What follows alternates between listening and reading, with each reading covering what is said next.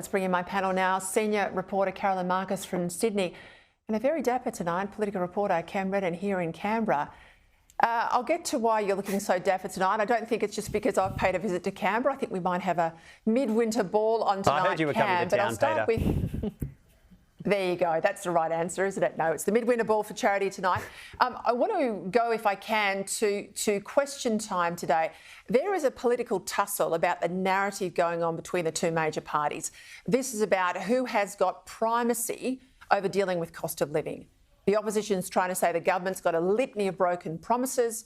The government's putting it back on the opposition and saying, well, sure, but what are you going to do about the issue? So they're slugging it out at the moment. We know there's an election in the offing. But the statistics are not helping the government. Statistics out today in relation to new business insolvency show nearly 3,000 building companies went bust in the last financial year, largely due to cost blowouts, we're told, planning delays, labour shortages and red tape. Now, Caroline, we are in the middle of a housing crisis. If you would think one sector might actually be ahead financially, it would be construction. But these stats say they are the largest single category of insolvency. The government says we've got to have a new home built every 2 minutes. That's their target. It's certainly not going to happen before the election, is it? It doesn't seem like it, Peter. And at this rate, Anthony Albanese is going to have to call in Tom Cruise because this is sounding like Mission Impossible to me. Look, housing affordability is such a massive issue, as well as people trying to find homes to rent, and with immigration levels going up and at a record high, this is not going to help address the issue at all. We know that there has been a 28% increase in insolvencies in the construction industry in the past financial year. That's according to ASIC. There's been a 40% blowout in construction costs, which of course is making it unsustainable for building companies. And on top of all of that, the number of Australians who are starting construction trade apprenticeships has dropped significantly in the past year. So the election promise that the government made to skill up more Australians so that they could address this issue is not being realised either. Far from it. All of this bodes very badly for the housing supply crisis that we're currently in.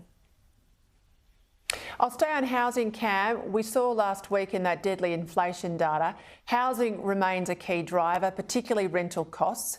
New numbers out today show the cost of renting a home's hit a new high. It hit the high last month, 3.2% for the quarter, a 10.3% jump for the 12 months to June. Now, every state almost across the board is failing to deliver these new homes as promised. We've got, as we just discussed, these construction businesses going bust. We've got the number of apprentices coming into the industry continuing to fall. Now, for all their talk, this is a huge metric on which Labor isn't delivering.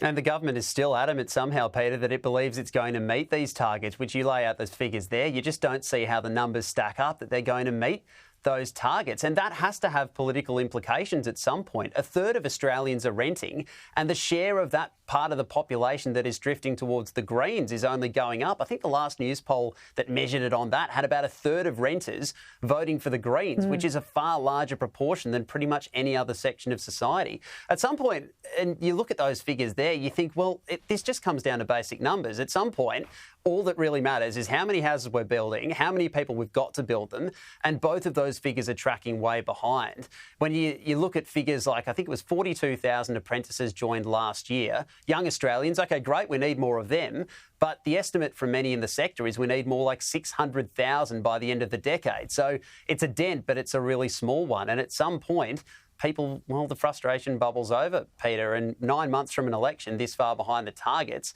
a lot of people that want a house can't get one, and if they can get one, they're spending so much that they're taking on loads of debt. It's a really difficult situation and not a slow one, not a quick one to fix.